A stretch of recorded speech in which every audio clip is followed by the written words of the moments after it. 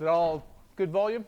Okay, so welcome to second year, second semester, and computer organization. So I'm going to give you a quick overview of this course, and then we'll get into it. So can't help but give a little motivation. I may be speaking to the converted here. So the course about computer organization, and you're electrical and computer engineers, so you're probably already interested in computers, but just in case. They're a world-changing innovation. So computers are one of the world's greatest inventions. It's actually hard to imagine a world without them because there's so much around us. What are they? So they're a hardware device. So towards the end of this course, we'll actually show you how to design the hardware of a CPU, the kind of the heart of a computer. And you're going to use the techniques for that you used in 241. So it is a hardware device that you would describe in Verilog. But it's a very powerful one. What makes it a very powerful hardware device is the fact that it's software programmable. So it doesn't just do one thing all the time. It has this sequence of what's called an instruction stream, a sequence of binary data that it interprets as instructions of what to do. And then it's an engine that basically follows those instructions. That makes it more flexible than pretty much all other hardware. So we can repurpose it much more easily. And that lets us do complicated things with it, new things with it, much faster than other kinds of hardware devices. The other thing that has, well, I'm going to show you this on the next slide. They've been getting ever more powerful, and that's the other reason they're going everywhere. So they're ubiquitous. It's a complicated word that just means everywhere, but sounds way better. And what are we doing going to university if we don't learn some cool words? We use them obviously for computation, for automating tasks, all sorts of tasks, financial tasks, personal tasks, industrial control, robots, everything. We control other hardware with computers. So it's a very common way to build a bigger systems. You plug your other hardware into your computer, and it's controlled by this CPU. And we can control other physical devices. So those other hardware devices might have outputs to the real world. Okay, so one secret of the success of computers is this flexibility, this ability to program. And the other part is what happens with exponential growth. So how many people here have heard of Moore's Law? I'm assuming most people have. How many people haven't heard of Moore's Law? I don't want to tell you the same thing if you heard it in every single course. Okay, so a couple people haven't. Very briefly, one of the founders of Intel noted that every 2 to 3 years you could fit about twice as many transistors on a semiconductor in a semiconductor system on a computer chip at the same cost. That requires an incredible amount of R&D, and at this point, tens, hundreds of billions of dollars of R&D per year to keep going, but it keeps going. And that's been going on for around 60 years. If you compound something for 60 years exponentially, it grows incredibly quickly. This is the Apollo guidance computer. So this is like a best computer you could build with like nation-scale resources.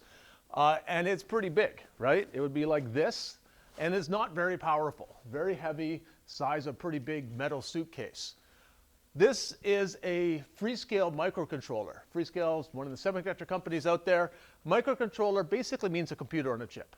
Okay, so it's got a CPU, and it has memory built in, and it has some I/O devices built in, some other hardware all put together. You put all this together, you actually have a computer, so more than just a microprocessor, so we call that a microcontroller. How big is it? Well, this is a golf ball, and these are the dimples on a golf ball, and it fits inside of one of those. It's 17 trillion times less volume. It's kind of an unimaginable number, right? If I had, that's more money.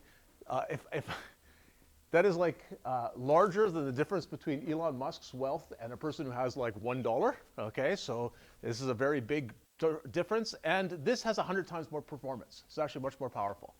Okay, so with that kind of power, we can do things that were unimaginable some years ago.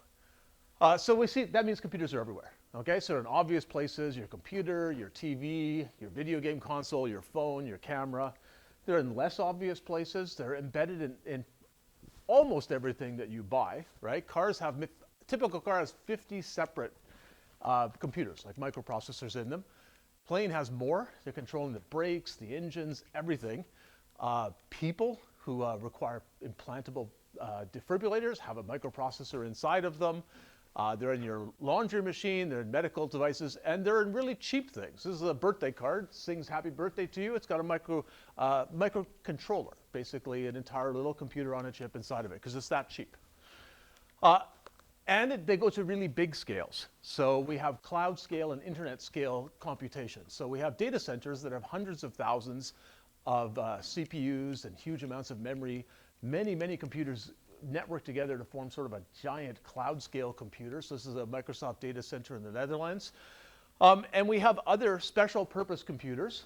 Okay, so they're a little bit more special purpose, but they are still computers, and they're used to route the networking data that makes the internet run. So this is a Cisco 8000 series router. That's called a core router. It's used for connecting big businesses or big cities together. It's very expensive, it's very fast, and has a bunch of custom microprocessors and hardware controlled by them to make that happen. What else is going on? Well, AI. I'm sure you've heard about this. So we're using AI to do all sorts of things. So make pictures, make videos. Speakers can interpret and answer questions just based on your voice. All of that actually requires a whole pile of computation. And what that means is that people are making, you can do that on a regular computer, but you can make computer chips and computers based on them that are more efficient for this task because it's a bit more repetitive, has more math in it, and we can basically customize the computer some.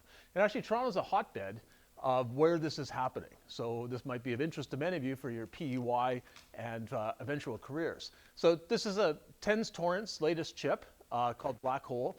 Who's heard of Tens Torrent? Okay, so reasonable number. Tens Torrent is a company that was founded here in Toronto and still has a large R&D presence here in Toronto, although its headquarters is formally, I think, now in California. And this chip, I'm not going to get into the details of it because you're not ready for that yet, but that's where this, of course, is helping to take you.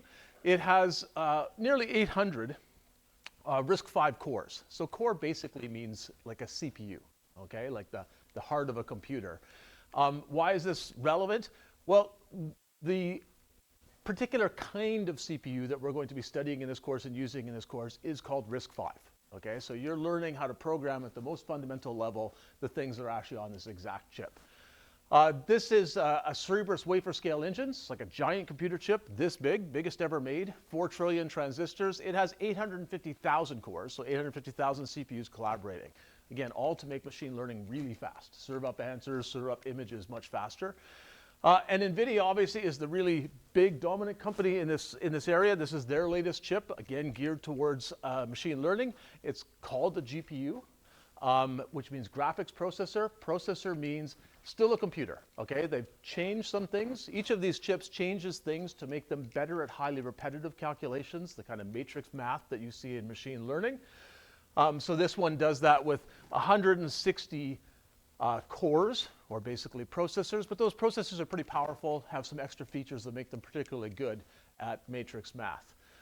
And NVIDIA actually just half bought a company called Grok that has a large Toronto R&D presence, and many of those engineers are now becoming NVIDIA engineers. So all of these companies actually are options for you in your future, even without leaving Toronto. And another one that's not on here, but also makes both CPUs and graphics processors, is AMD, which also has a large Toronto presence because a big part of AMD came from their acquisition of the Toronto company called ATI. Okay, so there's a local, very local, strong tech ecosystem that has a strong connection back to U of T that hopefully will be useful to you in your career.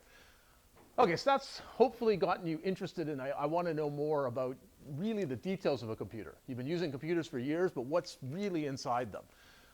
So our course learning outcomes are, first, how do you program a computer at the lowest level?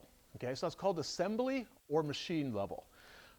Those are the actual instructions that a CPU understands. Like the hardware unit does not understand C, does not understand Python.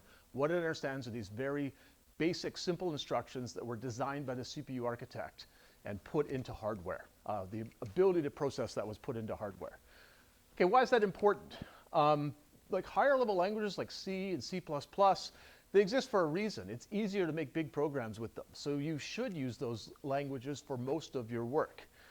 But whenever you run, for example, G++, it's actually translating your C code or C++ code into assembly language, into these small and simple instructions.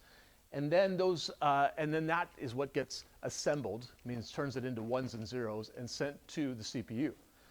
So if you understand what the CPU is really doing, what are those low-level instructions, you can write faster software. Because when I write C or C++ code, in my mind, I'm actually thinking, I know what this does, right? Because once you learn it, you can't unlearn it. And you know what's faster, because you know roughly how many machine instructions this is turning into. Some of you will wind up writing a compiler, right? This is an important tool, right? Without G++, you would not have an option to write in C or C++. These chips that I showed you back here, all of them have unique CPUs embedded in them. They all need their own compilers. So this is a major research area, a major area of industry is writing compilers for all sorts of chips to get good performance. Well, you can't write a compiler that takes C or C++ or another language and turns it into the actual machine code that a CPU can run if you don't know what machine code is, right? You can't write a program to produce an output you have never seen. Third reason to learn assembly is that some detailed operations, so if you actually write an operating system like Linux, most of it can actually be written in C and C++ or a language like Rust. So, but there are some pieces that actually have to be written in assembly. They're doing such low-level setup of the processor, you've got to get right down into the details. And sometimes we also write in assembly to get the highest speed for key operations. Now, you don't want to do this for a big program like the whole thing, because it's going to take you a long time and be harder to debug. But let's take AI again. There's a lot of repetitive matrix manipulation, for example, and people do write assembly language to get better performance. Has anybody heard of DeepSeek? Is that name? Okay, so they just made a big splash by developing a very high-performance large language model.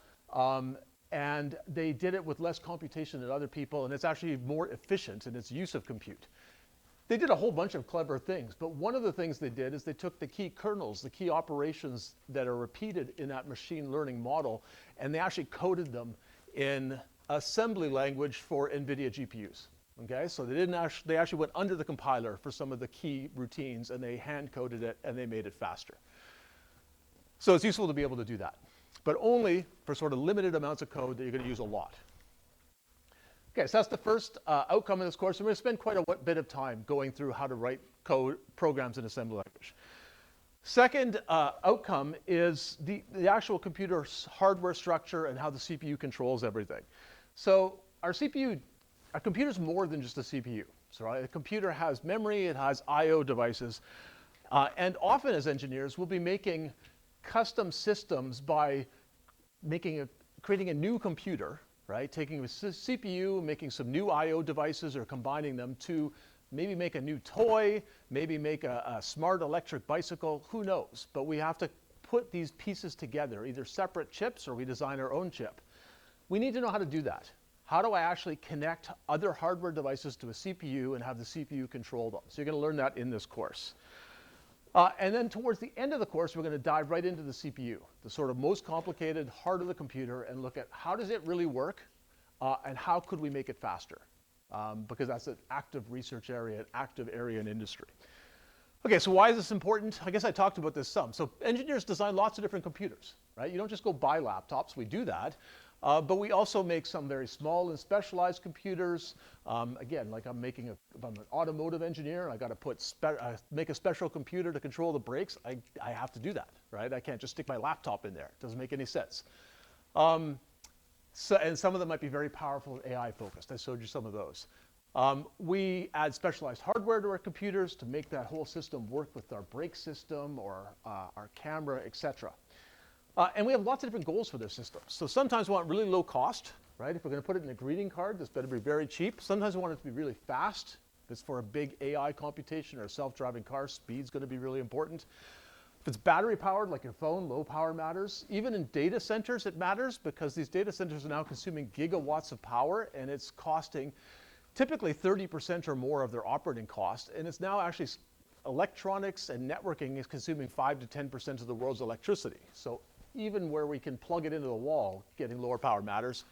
And we also need to understand how this hardware works at the lowest level and how to program at those lowest level to make secure systems. So the way people take over computer systems and break things is they exploit flaws in the hardware and in the lowest level software. If you do not know how those things really work, then you cannot actually guard against those. So you're going to learn these are all important outcomes of this course. Okay, last one. So those are kind of two highly technical outcomes. The last one is maybe partly technical, but partly kind of personality, personal growth almost. So in this course, you will, in 7 labs, you will build simple systems, and then in a project at the end, you'll build something more complicated. For virtually all of you, when you write this code for the first time, it will not work. That is not unusual. That is the way the world is. You try to design a complicated system, you make mistakes, you have to iterate, you have to debug. So engineers are paid to build and design and build working systems, not systems that don't function and then they tell their manager it doesn't work, maybe you can fix it. Okay, your manager will not be happy with you. You can ask for help sometimes, but it's expected you can push through the difficulty of how do I really make a system work. So you're going to debug software at a low level, and it's interacting with hardware at a low level. So it's actually a useful and challenging debugging experience. But it is, in addition to the detailed skills you're going to get, how do I use a debugger, how do I read assembly language code, an important outcome is like the mindset. Things don't work at first, you do not give up, you systematically figure out what is working, you localize the bug, you fix it. You repeat until you can't find any more bugs. That is a key part of engineering, and you want to have that mindset. It's crucial to your career. You don't get that mindset all at once, right? So I think I have that mindset now, but I didn't start out with it. You build it bit by debugging more and more complicated systems. Not only, that is a really key skill, the ability to design and build things, the ability to debug things. So these are 2 of my favorite questions. What's your proudest design achievement? When I'm interviewing grad students or when I was in industry interviewing people, and tell me a difficult debugging story. Because I learned a lot about a person from that, right? Did they have a passion for something? Did they dive into some design? And when things didn't work, was that person, did they dig in? Did they show grit? Did they take a systematic approach? Okay, so that's it for the course outline, or course goals. Let me tell you briefly a little bit about myself. So I've worked a lot at the hardware-software boundary, and this course is at the hardware-software boundary, which hopefully means that I will do a good job teaching it, but you'll be the judge of that. So early in my career, I wrote software to simulate electromagnetics, to design things like this is an insulator for a high voltage line showing what the fields are like around that. And then a little later in my career, I moved more into hardware design. So how to design FPGA computer chips and the very complicated software, CAD algorithms that are used to make those chips usable, right? Get your hardware vision into the actual chip by reprogramming it. That was academic research. Myself and Jonathan Rose, who teaches the other sections here, commercialized it in a startup, which was successful, and one of our customers bought us. That was Altera, which later merged with Intel. I spent 11 years there, leading increasingly large teams, and ultimately as senior director of software engineering. So in that role, I actually was one of the architects of the chip that you're using in this lab, so Cyclone 5 chip. Half of the architecture team that designed that reported to me, and I was one of the architects. Also one of the architects of the CAD system it used in 241.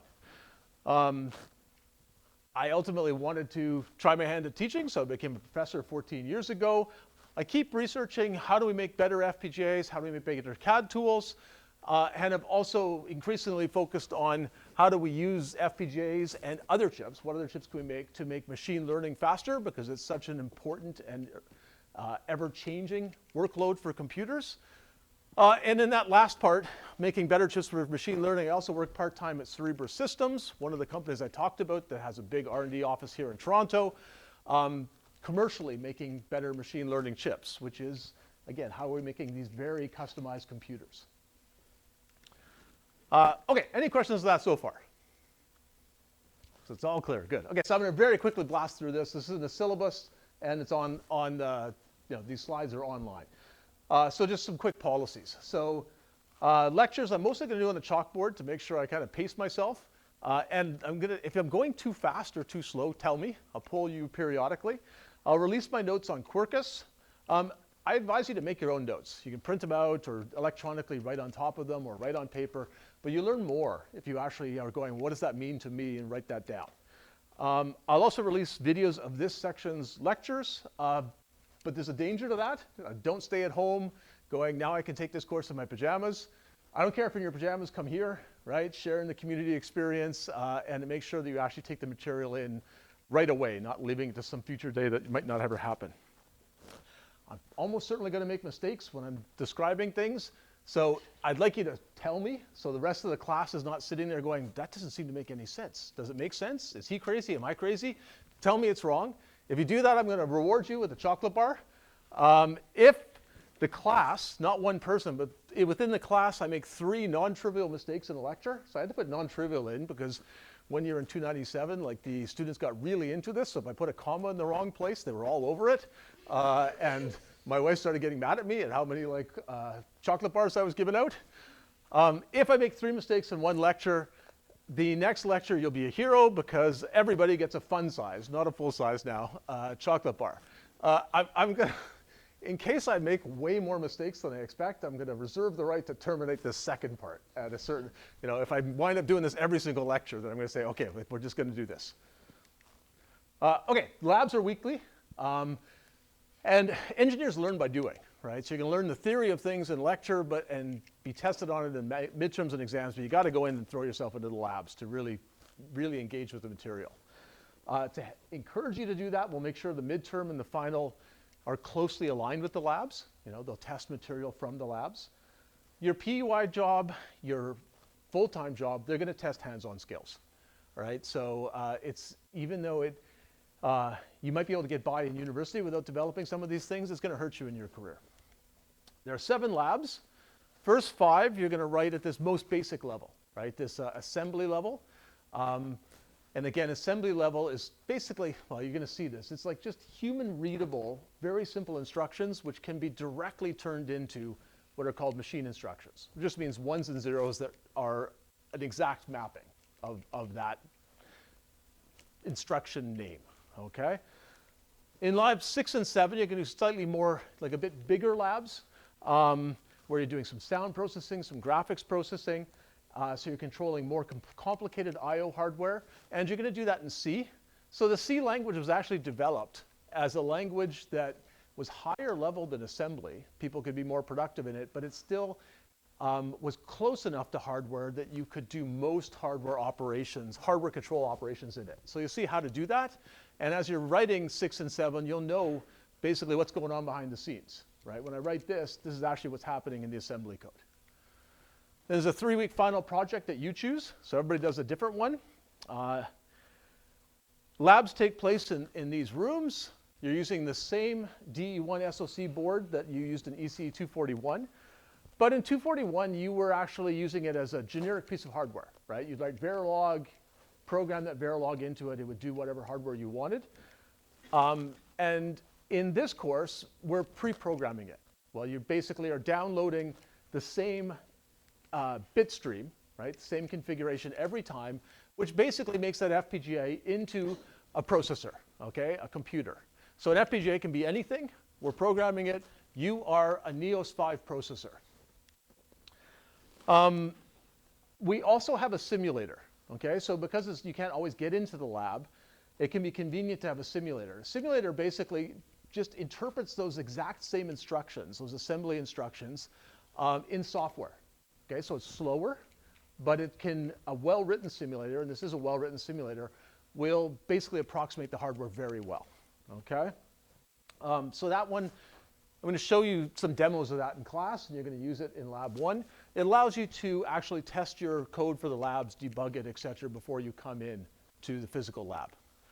It's actually created by Henry Wong, who's a former U of T PhD student. He was TA in this course. He's actually supervised by both Jonathan, the other instructor, and myself.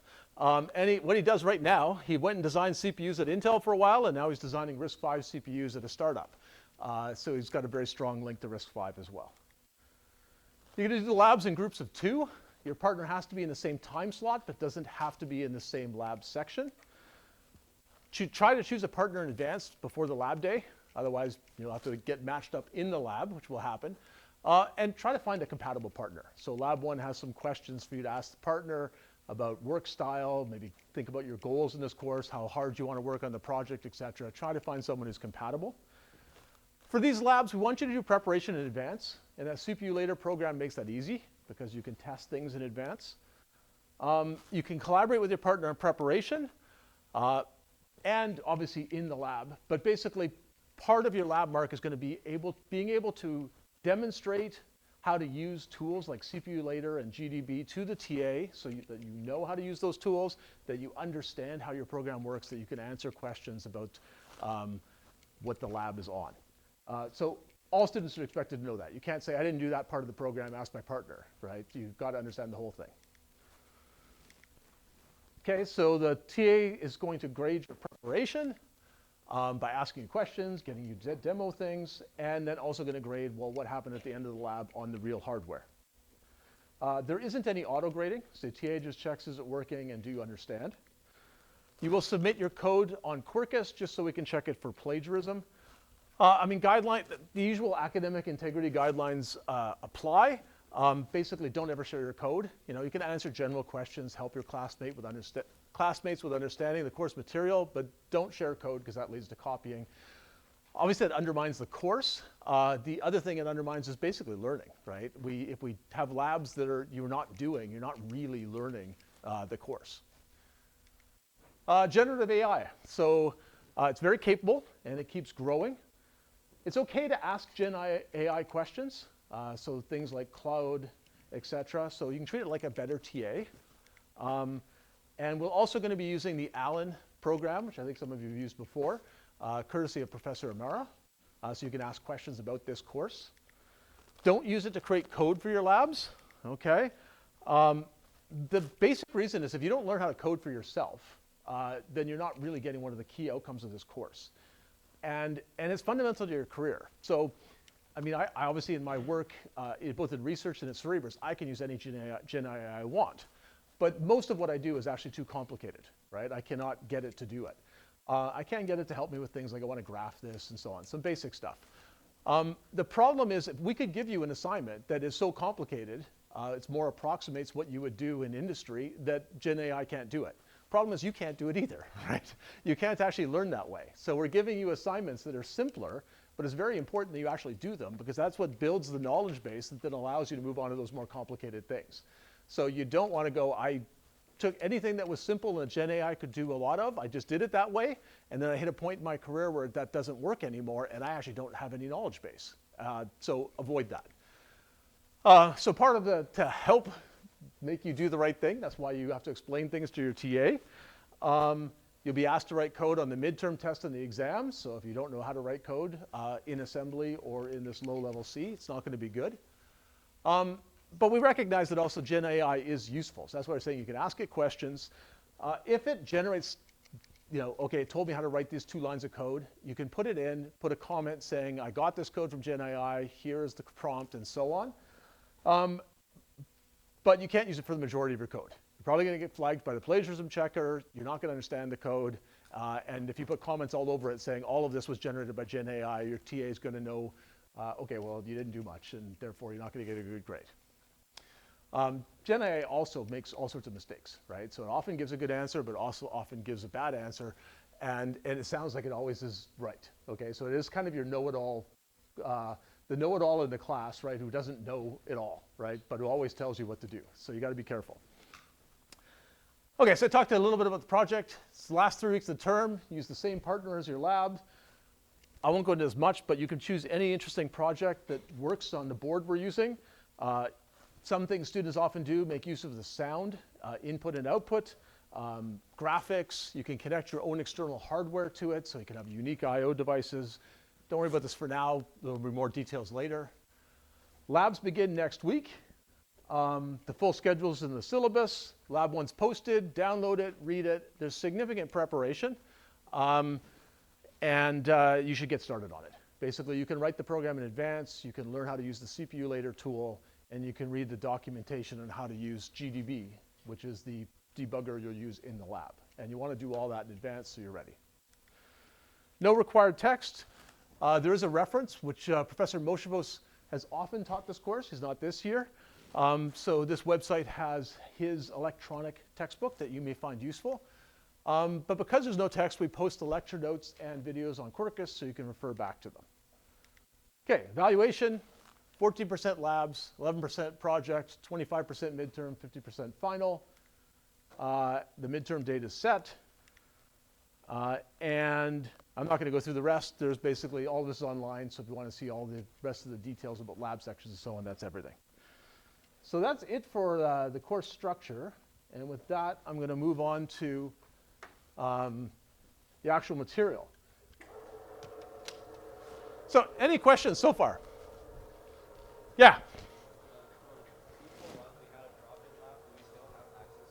Yeah, there is a drop-in lab. And I have to go look on Quarkus for all the details. I have a meeting with the TAs tomorrow. So, yeah. So what's the difference between a processor and a computer? So a processor is essentially the heart of a computer.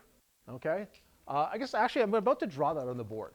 Okay. So a computer is a bit bigger than a processor. You can think of a processor as like the brain, and the computer is like a whole person. Does that make sense? So, let's see. Let's turn this off.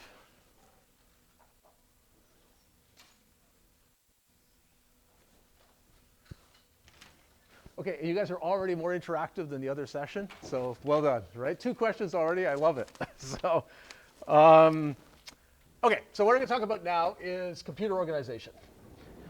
And I'm going to give you like a high-level overview of how a computer works, but it's still probably a little more detailed than what you've gotten in 244, but we're going to dive deeper into all of these components through the course. So ask me if this is confusing, but you're probably going to go, wait, I don't understand all the details of that yet, and that's just because there's no way around that, right? I can't go into every detail of every component yet. Okay, so computer organization. So there are 3 basic parts. Okay, so the kind of brains of it, the central processing unit. So sometimes called the processor, sometimes called a core, sometimes called the CPU. They all basically mean the same thing. Okay, so that's the brains of the computer. And let's look let's just say that's one of the blocks first. The second block is memory. Okay, so that's my second big block. And my third big block is I/O. Okay, so I'll just draw boxes for these right now. All these things have to communicate.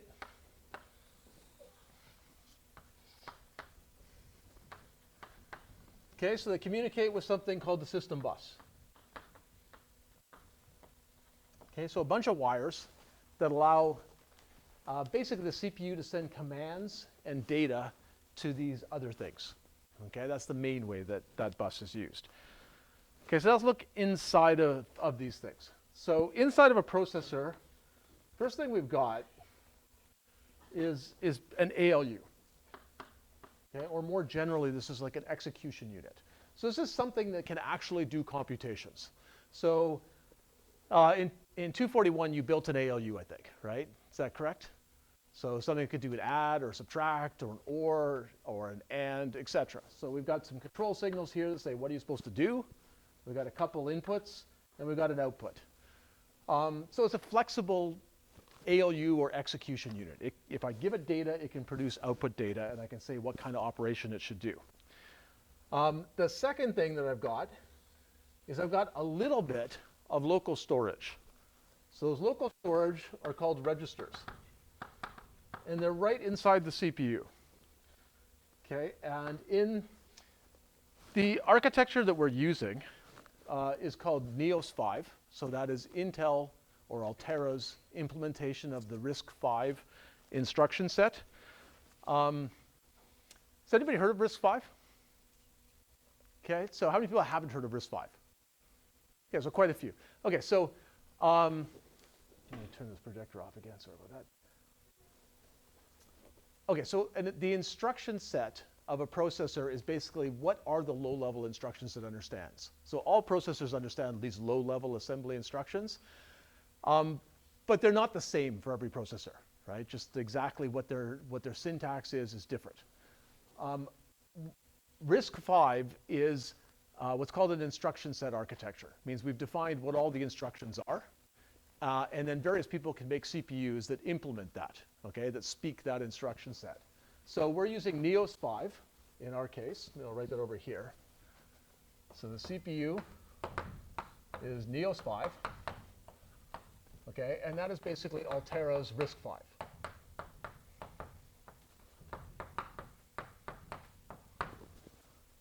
And this RISC-V is the more fundamental thing. It tells us this is like a person who speaks Dutch. Okay, that's what it means. In RISC-V, well, Neos 5, basically all these registers are 32 bits. Okay, so it's bit 0, this is bit 31, this whole thing is 32 bits. Okay, and I don't have just one register, I actually have 32 of them.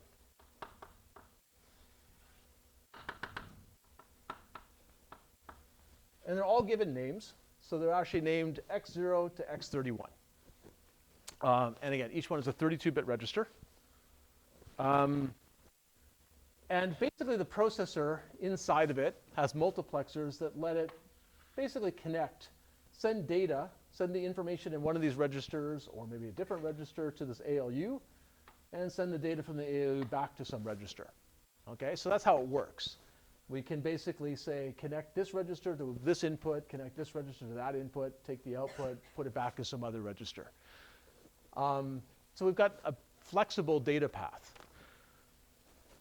How does that data path get managed? Well, there's a finite state machine inside of here. So you remember how many people remember finite state machines from 241? So you should remember just on your exam. This is a pretty complicated finite state machine, okay? And because it's going to sequence through everything that needs to happen to send the data that you need to this ALU, choose the right operation, like am I doing an add or subtract or an or, and decide where to send it back to. So over several clocks, this FSM does that. Now, it doesn't know exactly what your program wants to do. The way it knows what your program wants to do is there's one more special register called the program counter, PC. The program counter stores the address in memory, okay, of the next instruction we're going to execute. Okay, so what does that mean? So a processor is like a hardware engine, but the hardware engine has to be told every step, what do I do? Okay? And what it is, it's told that by saying if this program counter, let's say it was currently 8. That means, let's look at what memory is. Memory is basically addresses. Okay, so this is address 0, this is address 1. Our memory is always byte addressable. So this is the data, and it's a byte, so 8 bits. Okay, and every data item has an address. Where is it? This program counter says, where does the next instruction come from? Okay, so if it's 8, probably should have drawn this down here. If it's 8, it means it comes from, say, this location. So at this location are a bunch of bits which this processor can read and say, that tells me what to do next. Okay, the finite state machine goes, okay, let's look at those bits. Based on that, I should connect register X1 to this input, register X2 to this input, and I should tell the ALU to subtract them. So that, in a nutshell, is how a processor steps through this. Let's see. Okay. So all of these, I've kind of told you as much about the processor as I'm going to tell you right now. This is kind of enough you've got the basic idea of how it works. Any questions on it, Ashley? I should pause here and see if anything's unclear. Okay, so at least at that level of detail, it's clear. Okay, so we only have a little bit of storage in the processor, though. If we only have 32-bit numbers or 32-bit values that we can work with, it's kind of hard to do complicated things. Don't have enough data. So the rest of the data is actually in memory. And the memory can be big. So if I have a 32-bit value, and I can use these 32-bit values as addresses, you're going to see how, as we look at how to program this, how many distinct locations can I store, or how many distinct values are there in 32 bits? So what do you think? You don't have to give me an exact number. What is it approximately? What do you think? 4 billion. Yeah, it's around 4 billion. So we call that 4 gigabytes. So I can reference 4 billion distinct addresses because this Neos 5 processor has 32-bit registers, and I can use them to store anything, including I can use them to store an address. Now, in the Neos 5 system that we're using, we actually have 1 billion, about a billion of those storage locations, those addresses, that are actually hooked up to memory chips. Okay, so if the processor sends one of those addresses out on the system bus and says, give me the data there, as long as it's between 0 and 1 billion, it'll get data from a memory chip, okay, that's on that board. But we can actually specify about 4 billion different values. So what about the other values? Well, some of them just aren't connected to anything. Like, so you ask for that, just nothing's coming back, okay? But some of them are actually connected to these I/O devices. So we have a bunch of I/O devices, which are basically little bits of hardware. All can be unique. They can be different chips. They can be built in the same chip, but they're all different bits of hardware. So what kind of I/O would we have? You actually use this exact board, so you probably know some of the I/O on it. But in general, what kind of I/O can we have from a computer system? There's a million times. So you should be able to think of at least a few, and then I'll stop. What do you think? What's that? UART, yes. UART, which is a fairly complicated one. So that's basically a communications device. It's called a universal asynchronous receiver transmitter. So that's a communication channel. Anything else? Just look at your phone, look at your, what I/O devices does it have? So it's a computer. Yeah. Right, so you can have a speaker. Okay, so must have lots of other ideas. What other things can we come up? Yeah. Yeah. VGA. Yeah, so we can hook up VGA or in general like a screen. So VGA is a specific standard. Any other ideas? Yeah. Camera. Right, we could have a camera. We could also have a mouse. We could have a keyboard. On this particular board, we have some basic low-level ones like light-emitting diodes. All sorts of stuff, right? Your phone has accelerometers, gyroscopes, airbags in your car have a little computer. They have an accelerometer, and when they detect too much acceleration, the computer actually creates an explosion to inflate the airbag. So tons of different sensors out there. Your anti-lock brakes have sensors to detect if the brakes have locked up. And they have special output. You have output devices to turn the brakes on and off. So huge number of different things. How does the CPU control them? Well, it basically, some of these addresses, these hardware devices are watching for certain addresses. So in the particular Neos 5 that we're using, only a billion, approximately, of these addresses are actually hooked up to memory chips. Some of the other ones, specific devices are watching for that address, and when they see that address, they say, that data's for me, okay? You sent something to address 2 billion, and let's say the speaker's its hardware has been told you should watch for address 2 billion. It'll grab that data, convert it to an analog voltage, send it out to the speaker coil, and you'll hear some noise. Does that make sense? Okay, so that's how we hook up other things. We can hook up more than just memory to the system bus, and it basically talk to it just like it was memory, right? We just use different addresses. Which addresses? Well, the person who made the computer decides. Okay, they've actually built this hardware to listen for certain addresses, and when it sees those addresses, it responds. Does that make sense? Okay, so hopefully you're with me then with the high-level overview. Okay, so let's dive into each of these components a bit. The most complicated one is the CPU, so it performs computations.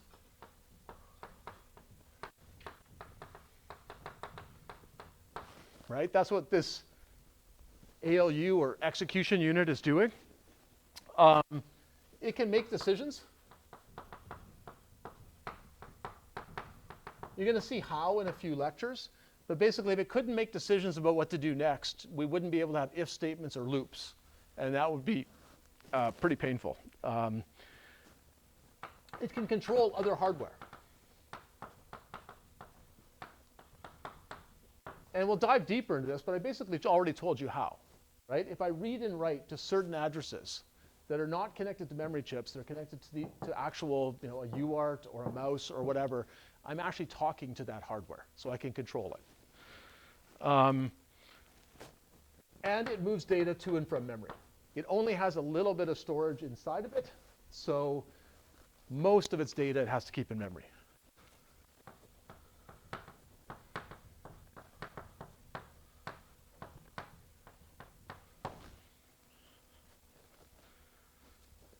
And the computation is performed in this small number of registers. So most CPUs, including Neos 5, they will only allow the data that goes into and out of this ALU to come from registers and go to registers, okay? So in order to do, say, add two numbers, I got to do it with numbers that are in registers. Got to take both numbers I'm adding from registers. I got to put the answer back in some register. Okay, so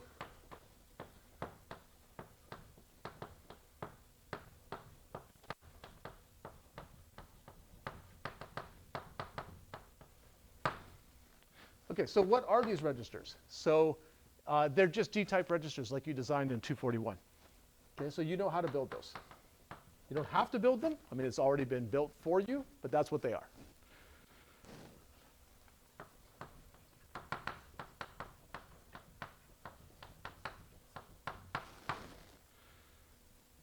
Okay, so we already talked about the fact that we're using Neos 5, which is an implementation of RISC-V.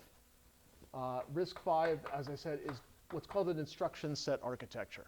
So instruction architecture is like French or German. It's like definition of a low-level language. RISC-V has been getting increasingly popular. So actually, if you go back 2 years in this course, you'll find it used a different instruction set called ARM. So it's going to make old exams somewhat less useful to you, which means you have to pay attention in class. Any idea why RISC-V is becoming more popular? There's no particular reason you would know this unless you read things about this. Yeah. Yeah, it's accessible. It's open. Okay. So another important instruction set architecture, ARM is the one that's in your phone. Okay. So if you have an Apple laptop or you have a cell phone, you're using a processor that speaks a different instruction language called ARM. Other important one is called x86. That's what Intel and AMD, your other laptop, your Windows laptop, the big data center computers, they're predominantly x86. Each of those is an instruction set architecture. You define what's the name and operation of every single instruction that the processor has to support.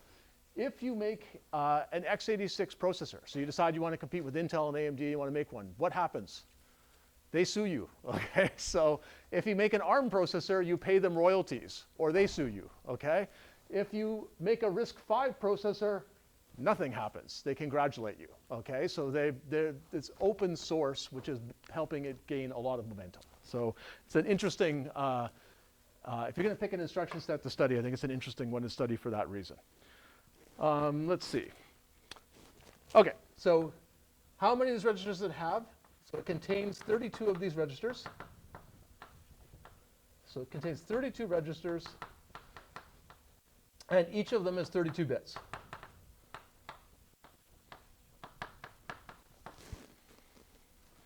Okay, so they have names. So that's how we're going to refer to them when we start writing this assembly language code. And their names are very boring, x0 up to x31. So pretty easy to remember. But they also have a second name or a nickname.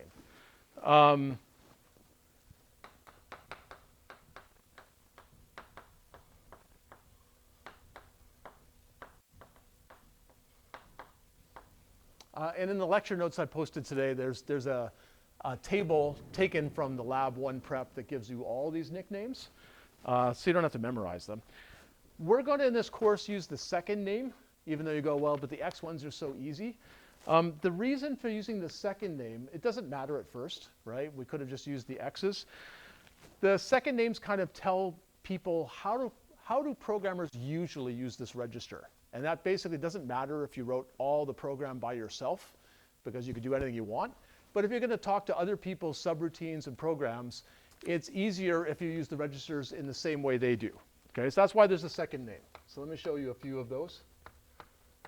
And you'll gradually learn more of these as we go through the course. Okay, so let's take x0. Remember, it's a 32-bit register. Okay, so there's bit 31, there's bit 0. This is the only one that is truly special. Okay, so its second name is 0. Its second name is 0 because this register is actually different. It is always 0. Okay, so it's kind of a bizarre register. You can never actually change it from 0. So why would anyone do that? It's because it's a useful constant. It turns out You'll see this later in the course when we start looking deeper into how do you make a processor. But by having a register that's always 0, this turns out to be convenient for RISC-V. There are a bunch of instructions that you would like to, if you can guarantee one of the inputs to that ALU is 0, it's easier to do some things, okay? So they sacrifice, in a sense, one register and say that one will just be 0. X1 has the nickname RA. That stands for return address. You don't know what that means yet, but when we get to how subroutines work, it turns out they need to have a little bit of information in order for subroutines to work properly. You could use any register to store that information, but if you use X1, which has this nickname RA, your software will basically function nicely with other people's software who also do that. Another important one, SP. Okay, so from 244, I think you were taught about stack pointers. Is that correct? Taught about stacks? So remember? Okay, hopefully you were. Stack's an important, very low-level data structure that processors use. The stack pointer points to the top of the stack. We could use any register to do that. Okay, there's nothing special about X2. But again, if we want our software to talk nicely to other people's software, it's useful to use the same register, the stack pointer, so they give it a nickname. If you say SP, that's what you mean. I'm not going to give you all of them, but there are some which you kind of just use for like temporary values. So for example, T6, which stands for temporary 6, no real special use for this, is X31. And yeah, we're basically, in the examples I'm going to show you, I'm always going to use these nicknames. And it doesn't matter right now, where you're writing small programs, where you do everything. But later on, when we start connecting to other stuff, it'll help us. OK, and that's as far as we'll go today. We'll pick it up on tomorrow, I think, in the next lecture.